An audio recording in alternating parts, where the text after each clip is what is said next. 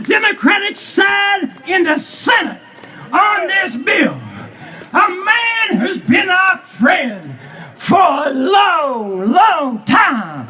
Through times as a governor, at times when the mines exploded, when the mines caught on fire, he was the comforter in chief in West Virginia. And now he stands with us to pass our legislation, takes on all comers on our behalf, Senator Joe Manchin.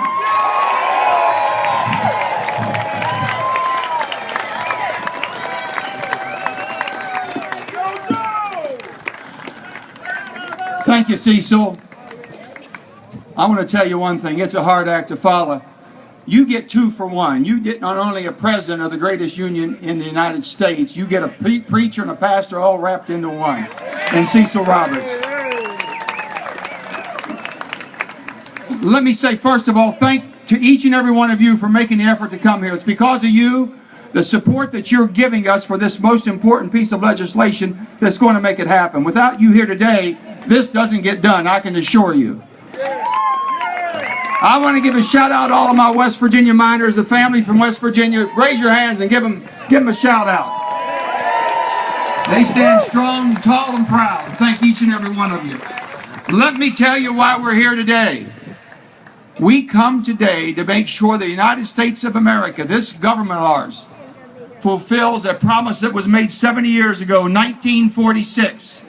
When you think about what Harry S. Truman did in 1946 with the Kruger-Lewis Act, that basically recognized the value of the mine workers of America and what they've done for the country.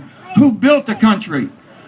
Like me and your family that came maybe from other parts of the world, they came here in the early 20th century, early 1900s, to find a better life and a better quality of life for their family.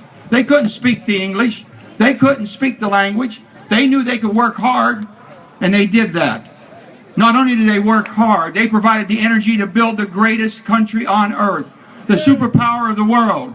Because of what your family, your uncles, your grandparents had done for this country, we have won 2 world wars. We built the industrial might. We built the middle class as we know it today. And it finally took in 1946 Harry Truman saying, you deserve a better quality of life than what you've been getting for the first 46 years. He recognized that and said, we'll never let you down. We're going to make sure that you get your benefits, your health care, and your pensions for life.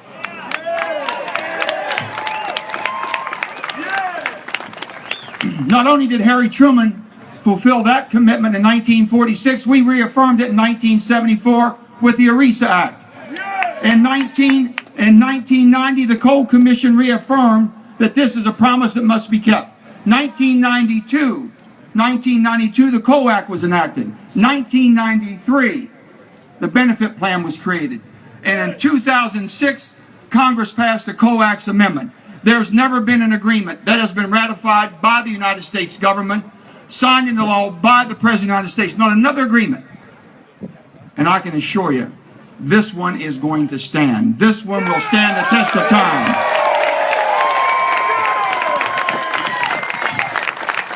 If you think back about those who come before you, I can tell you my little story that I grew up with. My grandfather came in 1900 from Italy. At 9 years of age, he started working in the coal mine. He had a mule with a cart and a carbide lamp. He had basically his blasting powder. He did it all. Now, in 1927, he said, there's got to be a better way. I cannot owe my soul to the company store for the rest of my life. I couldn't pay my bills, he said. The health care was inadequate. I had 4 little babies and my wife was expecting another.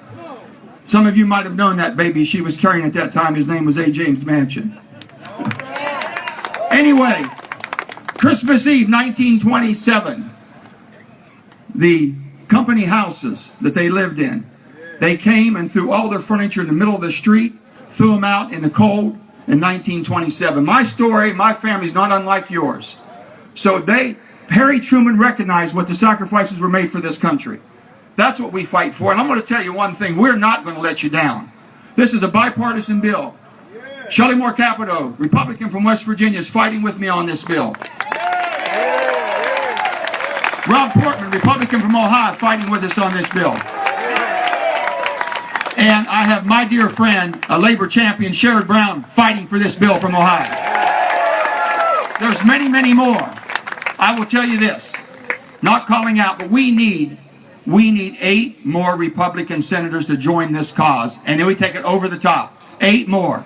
We need all of us to work together. These are friends of ours. We need them to work and see the light and basically step forward and help us. And I think they will. They're not going to let us down. We're not going to let you go home and 16,000 of your brothers and sisters lose their health care by the end of this year. Another 7,000 will lose their health care by the first of next year. And if we don't stand tall and stand together, 120,000 pensioners will lose their pension starting next year and go into the following year. That is not going to happen. No. The mine workers of America have never let this country down. You've never turned your back on this country, not one time. I assure you, we're not turning our back on you.